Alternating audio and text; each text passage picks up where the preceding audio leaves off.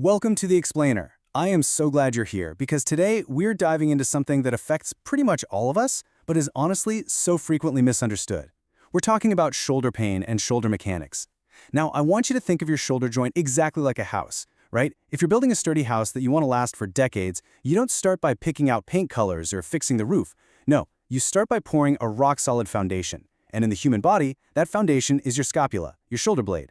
If that foundation is cracked, if it's weak or misaligned, the whole arm suffers. And honestly, no amount of bicep curls or shoulder presses is going to fix it.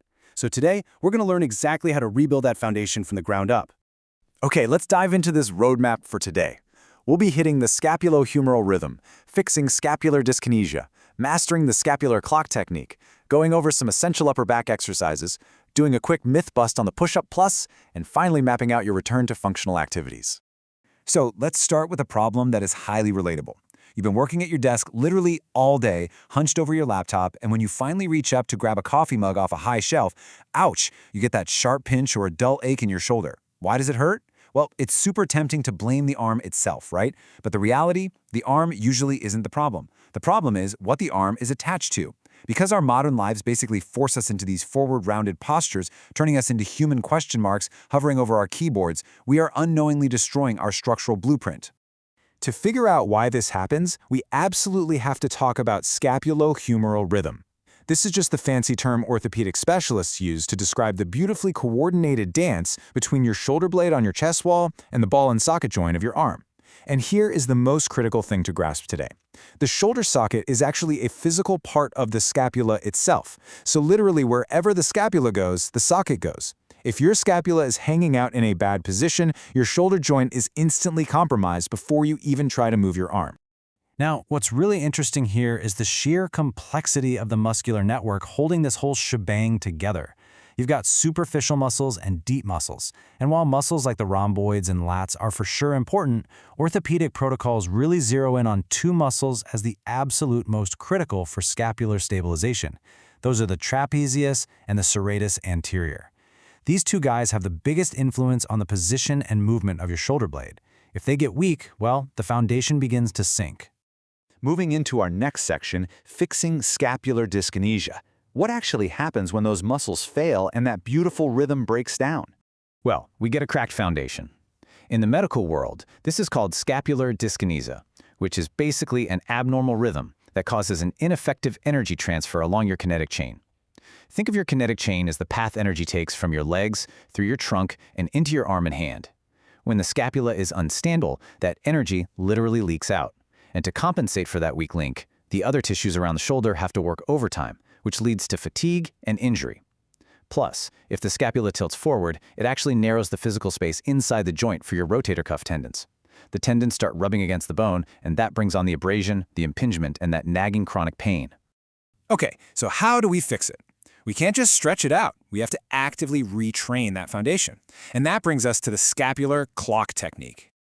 The scapular clock is a foundational physical therapy intervention for restoring that rhythm. It's a closed chain exercise, which just means your hand is fixed against a surface while your body and shoulder blade move around it.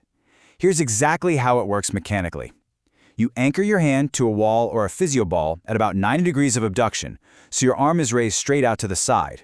Under this light axial load, you move the shoulder blade through its cardinal directions.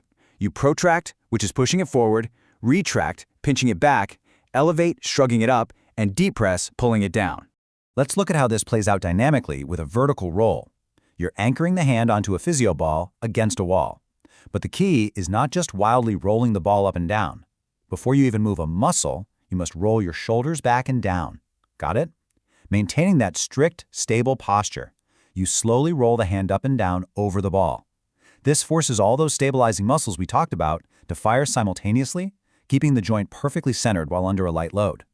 And this brilliantly illustrates the progression. Once you master the vertical roll, you move on to the horizontal roll, guiding the hand side to side over the ball. In clinical rehab, you actually want to perform these clocks at varying degrees of abduction. So you might start with your arm quite low, and then progressively work your way up to higher angles as your dynamic stability improves. It's like leveling up your foundation. Now that we've poured a stable, concrete foundation by restoring that scapular rhythm, it's time to build the walls with some essential upper back exercises.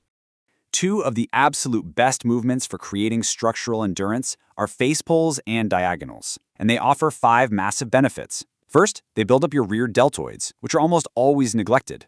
Second, they directly counteract the forward rounding pressure of our daily screen time, pulling our posture back into proper alignment. Third, because they require external rotation, they directly support the rotator cuff.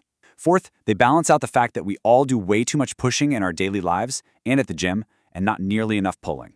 And lastly, they are incredibly accessible and can be done with simple resistance bands anywhere, by pretty much anyone. Before we talk about the exact form, I actually want you to do this with me right now, wherever you are sitting watching this explainer. Seriously, sit up straight. Now pull your shoulder blades together. Next, use the muscles in your mid-back, your lower traps, to pull your shoulder blades down as if you are trying to tuck them into your back pockets. Do you feel that activation right between your shoulder blades? That exact tension, pulling down and back, is the mandatory first step for every single upper back exercise we're discussing. If you don't tuck them into your back pockets first, you're honestly just wasting your time. Keeping that back pocket cue in mind, let's talk about the face pull. You anchor a band or a cable at face height. You pull it directly toward your nose or forehead, making sure to lead with your elbows flared high.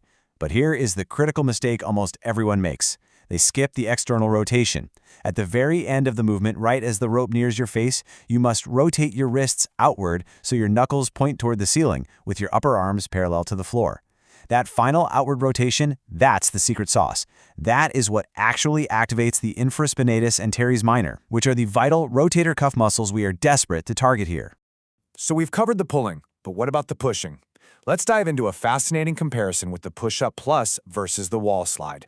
For years, the push-up plus was considered the absolute gold standard for strengthening the serratus anterior. You know, the muscle that wraps around your ribs and keeps your shoulder blade hugging flat against your chest. But recent research has completely busted this myth. The plus phase, which is where you push extra hard at the top of a push-up to protract the shoulder blades, can actually cause your scapula to internally and downwardly rotate. If you already have shoulder issues, this pushes you right into a painful impingement position. Instead, the data clearly shows that a wall slide is a much safer, superior alternative. By pushing your forearms into a wall, keeping that forward protraction and sliding your arms up and down, you achieve the exact same serratus anterior activation, but without throwing the joint into a pinched, compromising position. To really picture why the push-up plus can be so risky for compromised shoulders, just think about a standard push-up or plank position. These put a massive axial load on your shoulder joints. If you have scapular dyskinesia, meaning your foundation is already cracked, putting your entire body weight onto a misaligned joint and then forcing it into internal rotation is honestly a recipe for disaster. And that is exactly why we always start with closed chain exercises against a wall and only progress to heavy floor loads once the rhythm is perfect. Let's move to our final section and see how all of this builds into your return to functional activities. Because rehab isn't a quick fix, right? Orthopedic protocols structure this as a marathon, not a sprint. In phase 1, the first 3 weeks or so, the goal is purely muscle endurance. We're talking very low weights and high repetitions just to combat fatigue in those stabilizing muscles.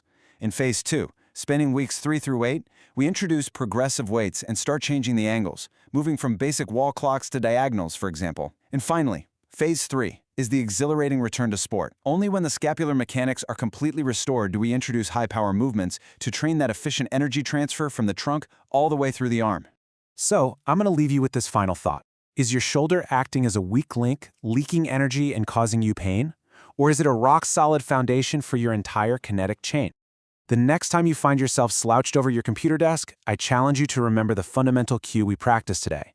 Pull your shoulder blades together and tuck them down into your back pockets. It takes 2 seconds, but over a lifetime, it just might save your shoulders. Thank you so much for joining me on this explainer, and keep building that foundation.